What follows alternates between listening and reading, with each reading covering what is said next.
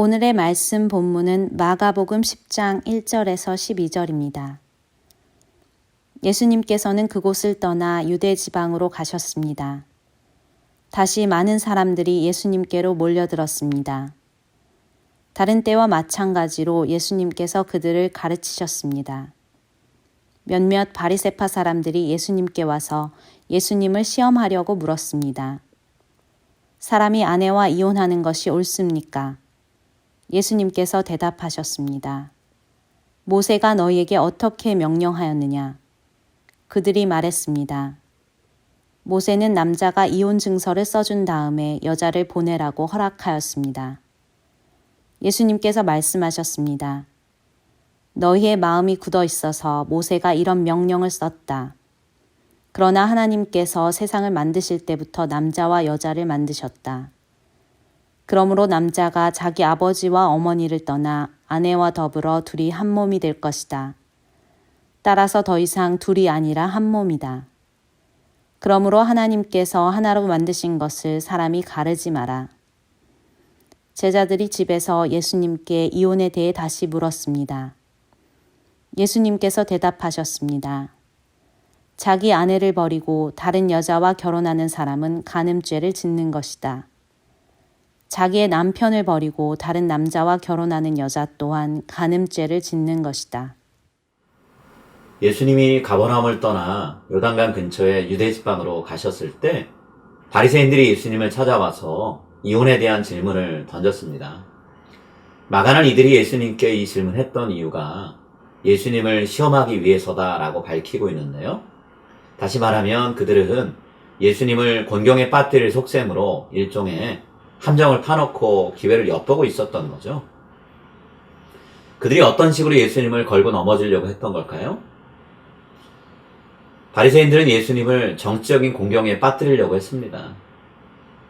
바리새인들의 질문은 예수님이 계시던 지역, 유대 지역의 통치자와 관련된 문제였는데요. 예수님은 헤롯 안디바가 다스리던 곳에 지금 계십니다. 헤롯 안디바는 세례 요한을 감옥에 가뒀다가 나중에 목을 베어서 죽였던 사람이죠. 세례 요한이 헤롯 안디바의 이혼과 재혼에 대해서 문제 제기를 했던 것이 화근이었습니다. 헤롯 안디바가 동생 헤롯 빌립의 아내 헤로디아를 사랑해서 결혼하기 위해 자신의 첫 번째 아내와 이혼했죠. 헤로디아도 헤롯 안디바와 재혼하려고 그녀의 본래 남편인 헤롯 빌립과 이혼했습니다. 만약에 이번에 예수님이 이혼에 대해서 강경한 발언을 쏟아내시면 바리새인들은 그 내용을 곧바로 헤롯 안디바에게 보고해서 그 왕의 손으로 예수님을 처리하길 바랬던 것 같아요. 그런데 예수님이 이들이 파놓은 함정에 빠지지 않으시죠. 예수님은 아주 지혜롭게 결혼과 이혼에 대해서 말씀하셨어요. 이전에도 그러셨던 것처럼 처음에는 바리새인들이 있는 자리에서 답을 한번 하십니다. 그리고 그 다음에 제자들이 있는 자리에서 보다 더 세부적이고 강력한 말씀으로 대답을 하시죠. 우선 예수님은 바리새인들을 질문을 받게 되자 그들에게 모세가 너희에게 무엇이라고 명령했느냐 라며 역으로 질문을 하십니다. 바리새인들은 모세를 통해 전해지는 율법을 그 어느 누구보다 철저하게 공부하고 지키는 사람이라는 자부심을 갖고 있었죠. 그렇기 때문에 이 질문에 대해서 반드시 답을 알고 있어야만 했습니다. 바리새인들은 신명기 24장 1절부터 4절 말씀을 인용하면서 모세가 제시한 이혼 문제의 처리 방식을 언급합니다. 이혼하는 과정에서 남편은 아내에게 이혼 증서를 써주고 내보내야 했죠. 그 이혼 증서는 아내를 보호하고 모든 사람이 이 이혼 문제를 처리하는 과정이 어떻게 되었는지 제대로 알 수 있도록 해주는 법적인 효력이 있는 그런 문서였습니다. 인간의 사악함이 부부관계를 해치고 함께 살지 못하고 헤어지도록 만드는 현실 앞에서 하나님이 모세를 통해서 그런 현실을 고려한 임시조치를 내려주신 거죠. 그런데 오늘 예수님은 보다 근원적으로 하나님이 결혼에 대해서 어떤 마음을 품고 계시는지를 말씀을 하십니다. 이 세상을 처음 창조하실 때 하나님이 인간을 남자와 여자로 만드셨습니다. 그리고 남자와 여자가 서로 만나 연합하고 한 몸을 이루는 결혼 생활을 하도록 창조의 질서를 부여하셨죠. 하나님께서 부부로 살도록 만드셨기 때문에 그 어떤 사람도 그 두 사람을 갈라놓아서는 안 됩니다. 이 내용은 율법이 주어지기 그 전에 하나님이 제정하신 내용이에요. 그렇기 때문에 모세가 기록했던 율법보다 더 근본적이고 근원적인 법이라고 말할 수 있습니다. 모세는 율법의 내용을 기록하기 전에 창세기에 이 내용을 먼저 기록했죠. 율법에는 하나님의 창조 질서를 어그러뜨리는 완악한 인간의 심성을 고려한 여러 가지 해답이 담겨 있습니다. 예수님은 인간의 완악함을 모두 제거해서 하나님이 본래 의도하신 목적대로 인간을 살게 하려고 하세요. 그래서 율법에 나와 있는 예외적인 규정들이 더 이상 적용될 필요가 없는 현실을 만들려고 하십니다. 그래서 예수님이 제자들과 함께 있는 자리에서 저들에게 결혼에 대한 하나님의 뜻이 무엇인지 다시 한번 분명하게 선포해 주시는데요. 누구든지 그 아내를 버리고 다른 데 장가드는 자는 본처에게 간음을 행하며 또 아내가 남편을 버리고 다른 데로 시집가면 간음을 행함이니라. 어쩌면 예수님은 마음에 드는 사람과 결혼하려고 이혼한 헤롯 안디바와 헤로디아를 겨냥해서 이 말씀을 하셨는지도 모르겠습니다. 예수님은 말씀을 통해 구약의 율법보다도 더 단호하고 철저한 하나님의 명령을 선언하고 계세요.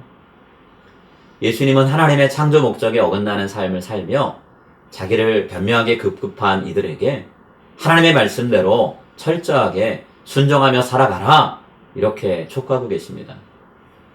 여러분, 우리는 예수님의 사랑을 빙자해서 우리 자신이 저지른 죄를 교묘하게 변호하려고 하는 마음을 버려야만 됩니다. 더 나아가서 율법의 근본 목적을 실천하게 하시려고 끊임없이 하나님의 말씀을 재해석해 주시는 예수님의 음성을 우리가 바로 깨닫고요, 그 말씀에 순종하는 삶을 살아가게 될 수 있기를 간절히 소망합니다. 이제 오늘 주신 말씀을 붙잡고 다음의 기도 제목으로 함께 기도하시겠습니다. 하나님께서 주신 삶의 원리인 진리의 말씀을 내 자신의 상황에 따라 마음대로 해석하고 살아가는 어리석음을 범하지 않게 하옵소서. 하나님이 본래 이 세상을 창조하실 때 우리에게 계획하신 목적을 바로 깨닫고 그 목적에 따라 살아가며 하나님이 세우고자 하시는 나라 건설에 참여하게 하소서.